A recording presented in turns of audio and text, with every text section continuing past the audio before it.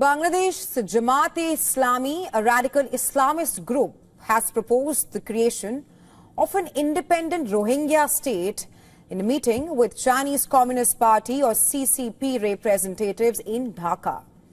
This comes at a time when there has been a surge of Rohingya refugees into Bangladesh as ethnic armed organizations seize power along Myanmar's international borders.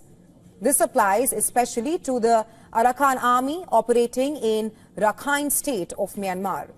Well, according to a Jamaat leader, this is apparently a bid to make arrangements for the dignified and safe return of the Rohingyas who had come to Bangladesh and establish a safe zone for them.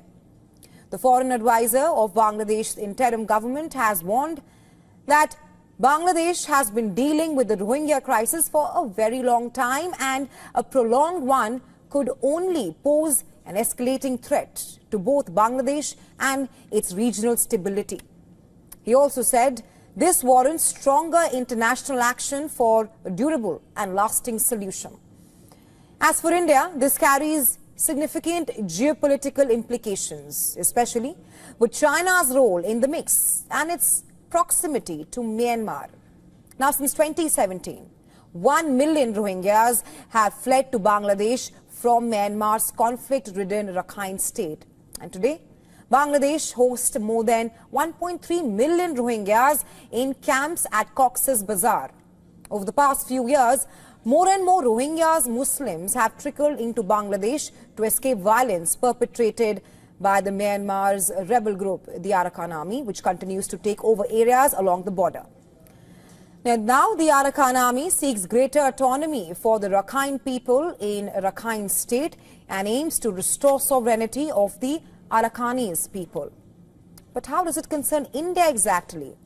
In the past, the Jamaat-e-Islami has often taken an anti-India stance in Bangladesh. While the interim government in Bangladesh has invited China to expand its deployment in the region, India has primarily focused on northern Bangladesh and the strategic Siliguri corridor or Chicken's Neck. But now, with China entering the ring directly, that too, Myanmar, which shares a border with southern Bangladesh, could be a viable option for India. And that's in helping secure its northeastern front as well as providing another route into the region. As it stands now, despite having regional interests, China is unlikely to support an independent Rohingya state, and that's due to the potential instability it could bring. This could also present itself as an opportunity to India to engage with political stakeholders to further its security and economic interests. What lies ahead? We'll have to track it closely. In a major escalation of its fight with one of America's most prestigious academic institutions, the Trump administration has struck a heavy blow against Harvard University. The Trump administration has now barred Harvard University from enrolling foreign students. Not just that, it is also now asking foreign students already there to either transfer to other schools or lose their legal status. In a letter to Harvard, Homeland Security Secretary Kristi Noem wrote that effective immediately, Harvard University student and exchange visitor program certification is revoked. Foreign students are permitted to study in the U.S. under this system, the SEVI system. Noem accused Harvard of fostering violence, anti-Semitism, and collaborating with the Chinese Communist Party. The move comes after Harvard refused to provide information that Noem demanded about some foreign student visa holders at Harvard. In the next few minutes, we will tell you what lies ahead for the foreign students at Harvard and how America's oldest university is now clocked in uncertainty as the future of its global students hangs in the balance. The decision announced by the U.S. Department of Homeland Security directly puts at risk the future of nearly 6,800 international students who are currently enrolled at Harvard. Around 27% of current Harvard students are from outside the U.S. And the situation is precarious and shrouded in uncertainty for them. We say that because, as of now, those who have completed their degrees this term will be allowed to graduate. But for the vast majority enrolled in degree programs, the government has issued an ultimatum: transfer to another SEVP certified institution or lose legal status in the US. According to the letter sent by WION, existing foreign students will have to transfer to other colleges in order to maintain the F1 or J1 visa status. The more optimistic friends of mine will see the midterm elections as a chance for change. As international students, we hope to have a relatively open and accommodating academic and political environment in the United States. Mixture of like shock, then to kind of just,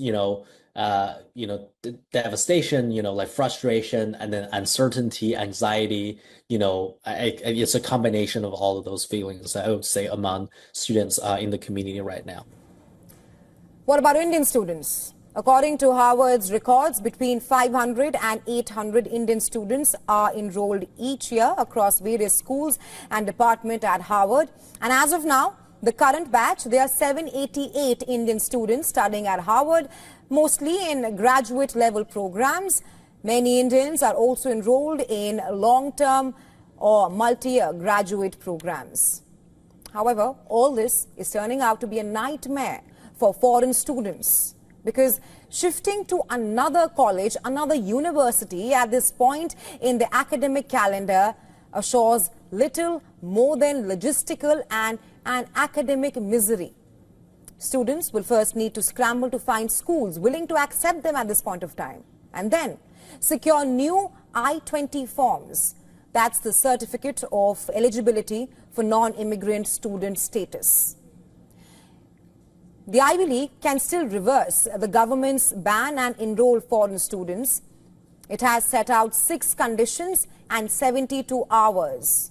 The Trump administration has said that Harvard can regain its SEVP certification, which is a requirement for schools in the US to be able to enroll non-immigrant students. That is only if Harvard is successful in meeting our 6 conditions and submitting the requested information within a span of 72 hours. So what are these conditions and what is the information that they need to submit? Number 1, all records including electronic and audiovisual materials related to illegal activity on or off campus involving non-immigrant students over the past 5 years. Then, all records regarding dangerous or violent activity by non-immigrant students on or off campus. All records pertaining to threats made by non-immigrant students towards other students or university personnel. Any documentation of incidents in which non-immigrant students may have deprived others of their rights. All disciplinary records of non-immigrant students enrolled at Harvard in the last 5 years. And lastly, any audio or video footage of any kind of demonstration activity involving non-immigrant students on campus in the past 5 years. So these are a list of 6 demands, conditions that the Homeland Security has from Harvard. As of now, Harvard has not indicated whether it would comply with the Department of Homeland Security's demands. The university has called the order unlawful and said it was working to support the affected students. Asim Munir is only the 2nd person in the country's history to hold the title of Field Marshal.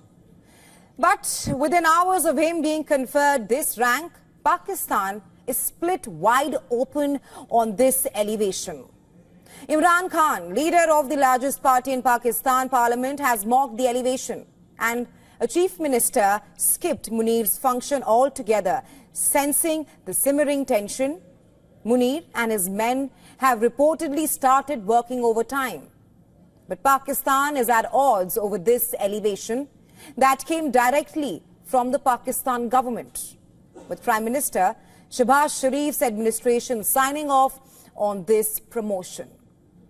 Munir will continue to lead Pakistan's army until his extended retirement in 2027, courtesy a law passed in November last year that extended service terms of top Pakistani military brass from 3 years to 5. Now, by tradition, a field marshal in Pakistan remains on the military's active list for life. He may hold no formal post after retirement, but he is entitled to wear his uniform, brandish a distinctive field marshal's baton, and receive salutes that break from standard military protocol. But not everyone saluted this moment. Khyber Pakhtunkhwa's chief minister did not attend the ceremony, where Asim Munir was officially elevated to the rank of field marshal. His office clarified that he was tied up in a PTI meeting focused on former Prime Minister Imran Khan's release. That explanation did not silence speculation, especially since all three other chief ministers attended the ceremony. Meanwhile, from behind bars, former Prime Minister of Pakistan Imran Khan in a social media post on X mocked Munir's promotion, stating that given the lawlessness Pakistan lives under, wouldn't king have been a more accurate title for Munir, and called Pakistan a jungle where only one ruler reigns. Imran Khan has been in jail since August 2023. Khan has denied reports of any backdoor deal with the military and has invited the military to open dialogue, but only if they're serious about Pakistan's interests and future. A PTI party leader, Gohar Ali Khan, though, told a local Pakistani news channel that Allah has given the honor to Munir and also entailed him with the responsibility, prompting Imran Khan's sister, Alima Khan, to publicly dismiss Gohar Khan's authority to represent PTI after that statement he made backing Munir, announcing the party's total dissociation with Gohar's statement on Munir's elevation to the rank of Field Marshal. Now, all these developments comes just days after Munir was seen standing next to Salman Iqbal during a Pakistan Super League cricket match. Now, Iqbal is the owner of PSL team, Karachi Kings, and the founder of Array News Network in Pakistan. Iqbal is known to be a vocal supporter and loyalist of Imran Khan. It's also important to keep in mind the electoral context here. In the 2024 elections, PTI contestants, stripped off their party status by court's rulings, ran as independents. Despite winning the largest number of directly elected seats, they were still short of a majority. Experts allege that the election was engineered to marginalize PTI and push military-friendly figures to the forefront. And while General Munir's promotion is being shown as a symbol of triumph, it is far from the truth. Officially, he is credited with leading Pakistan in its confrontation with India. One, the Islamabad claims ended in a tactical victory, but facts and satellite-backed evidence clearly suggest otherwise. India destroyed 9 terror hubs deep inside Pakistan. India struck again, retaliating to Pakistan's failed strikes. This time, 11 Pakistani air bases suffered major damage. Yet, despite this devastation, Pakistan's leadership declared success following a ceasefire, a declaration that India has repeatedly debunked with visual and intelligence-based evidence at multiple global platforms. So, Pakistan may have promoted an army general to the country's highest military rank, but its democracy, accountability and truth all lie in shambles. And in these matters, there's no baton, only the hard scrutiny of its citizens. Bangladesh is in the grip of fresh political turmoil, with the core leadership failing and uncertainty mounting every minute. On the one hand, the Bangladesh Army Chief has called for fresh elections to be concluded by December this year. On the other, Bangladesh de facto Prime Minister Mohammad Yunus has threatened to call it quits unless political parties agree on citizen reforms. The country in the throes of an intense power struggle that could potentially trigger fresh demonstrations, risking a replay of scenes from last year. That's when the Sheikh Hasina government was overthrown in August. This brings us to a key question. Is Yunus's time in Bangladesh power politics up? Let's go through what has actually happened one by one. First, the strong message. Bangladesh Army Chief General Wakir-uz-Zaman has said Bangladesh is in urgent need of fresh elections. He's even set a target, the end of this year or even earlier. His comments come at a time when the interim government has been delaying announcing election dates in the country by repeatedly raising the need for electoral reforms that it says should be implemented at the earliest. The army chief has made it crystal clear that his stance on elections remains unchanged, stating it is the right of an elected government alone to determine the country's future course. Meanwhile, dissent against Yunus is also intensifying, with the Bangladesh Nationalist Party or BNP holding large-scale demonstrations and critics accusing him of trying to cling to power using student bodies and the support of hardline Islamist groups. Even though Yunus has previously remarked that elections will be held by June 2026, there's perhaps growing impatience in political quarters, with many even demanding his immediate resignation from his post. The question is, will Yunus yield? Well, it's unclear at this point of time. In politics, things are always shifting, and there's always more than what meets the eye. Amid the rumors of Yunus threatening to tender his resignation, a cabinet member and special advisor to the Nobel laureate has said he needs to remain in office as interim leader to ensure a peaceful transition of power. A lot has happened since Hasina's exit, with the Yunus-led government promising major reforms in various sectors, but not much has been delivered, unfortunately, and that's owing to growing disagreements in the government machinery. Needless to say, all this puts Yunus and his administration in a tight spot. A party that emerged on top after last year's student uprisings faces a serious risk of elimination at this point. What perhaps can save it, if you may one day ask? Another student uprising committed to reform and a change of system first, rather than just a change in government. Reports suggest students and Islamists plan to demonstrate in capital Dhaka in what they are calling a march for Yunus, demanding that Yunus should be kept in power for the next 5 years at least. This is in a bid to keep up an agitation against the army, who the demonstrators are up in arms against, alleging that it is trying to fragment the country. With the Sheikh Hasina-led Awami League banned from political activities, the BNP, the only other major party in Bangladesh, stands in the way of the Yunus government staying in power. What happens next in Bangladesh? Well, that is anybody's guess.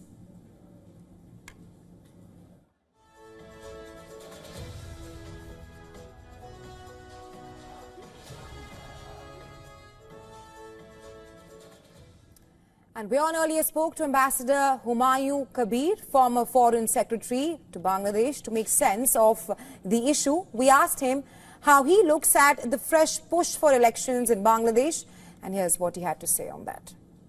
Election is a national issue and it should be decided by the government. So what army chief has suggested is just kind of suggestion or his expectation. I think at the end of the day, it would be organized by the government in consultation or in an understanding with the major political stakeholders. So that is the kind of arrangement.